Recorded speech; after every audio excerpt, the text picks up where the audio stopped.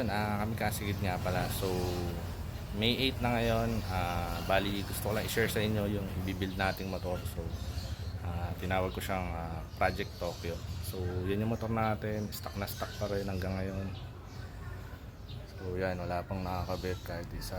So, nakita ko sa inyo kung ano yung gagamitin natin mga parts, no? So, entry build lang to na pinili ko na yung mga hindi common, no? So, unlike sa mga Brembo, Kamui, tsaka Ohlins. So, yun, pakita ko sa inyo kung ano yung mga parts.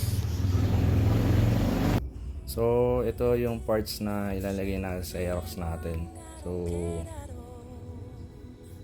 yun yung Project Tokyo natin. So, unahin natin dito.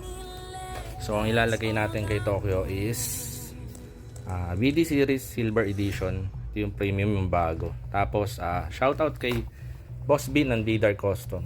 So, pinadilaw natin yan kasi puro silver yung ano natin.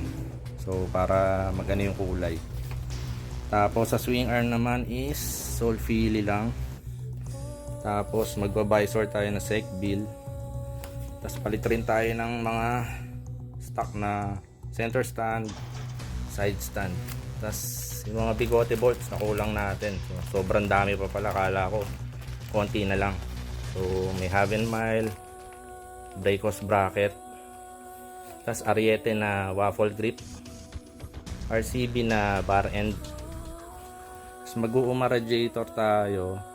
Tapos ang mags natin is Delkivec. So galing yan kay Boss Alpon. Tapos pagka bibili ka yata nyan, 2 months yata ang pre-order nyan. Tapos Pirelli na Diablo Rosso, first time natin gagamit nyan. Tapos sa T-post naman and shock natin sa harap is JBT. Tapos bigote. Tapos T-post bearing. So yung mga bigote natin is galing syempre kay Aerox Lifestyle yan, kay Dan Soriano. Tapos sa braking system naman natin is yan. So nag-adilin tayo para maiba naman. Tapos yung disc rin natin para maiba sa Kamui. So yan, nag-video tayo. So galing to kay Boss Brian. So medyo makakapit to. Tapos ito namang braking system natin is galing kay Savory. So 4-pot na billet.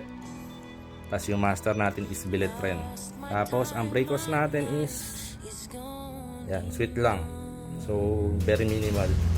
Kay Boss Arn galing yan, and siya na rin ang nagbuo kung paano gagawin.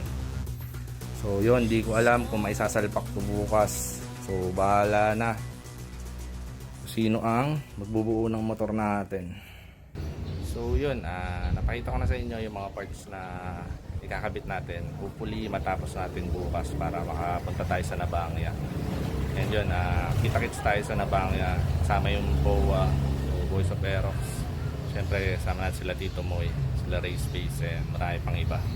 So, yun lang. Kita-kits tayo. Hopefully, mabuo natin yung motor. If I stay with you, if I'm choosing one.